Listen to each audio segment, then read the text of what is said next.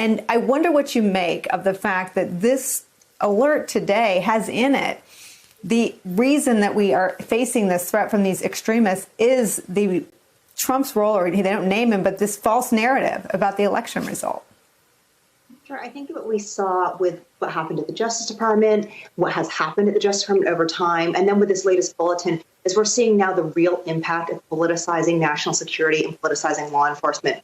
We talked about it for 4 years. There was a lot of debate about whether or not it would really impact the country if a new president could bring in a new team and reestablish old norms. I think we're seeing it's not as simple as that there was a real impact. We said that the president broke norms for 4 years. I think what we're seeing now is, in fact, he established norms for 4 years. He did not break them. He made new ones, and we're going to live with that impact.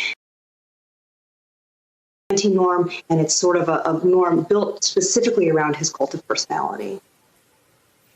Oh, that's such a good point, Katie. I mean, we covered Trump as this norm buster, but he really did bring in his, I think vigilante is the right word, vigilante approach. He turned some of our current guests into political enemies when they were simply going about the functions of their jobs. I wonder if I could follow up, though, and ask if you think we will learn. I mean, are you pursuing this story of exactly how inside out Trump turned the national security agencies? Do you think we'll have a full picture of it in time?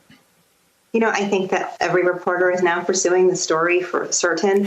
And we saw that the Inspector General is looking into the matter, and we saw that the Senate Judiciary Committee is looking into the matter. So I do think we will have a full picture in time, because the Senate has oversight capabilities that journalists don't have. Of course, so does the IG. And I do think we will see that. But in the meantime, I do believe there will be more information coming out, not just about how the president pressured people, but about how the president's approach to the loss, about his decision to, perpetuate the lie that he lost to a point where he even believed it himself. It wasn't just the president at the top.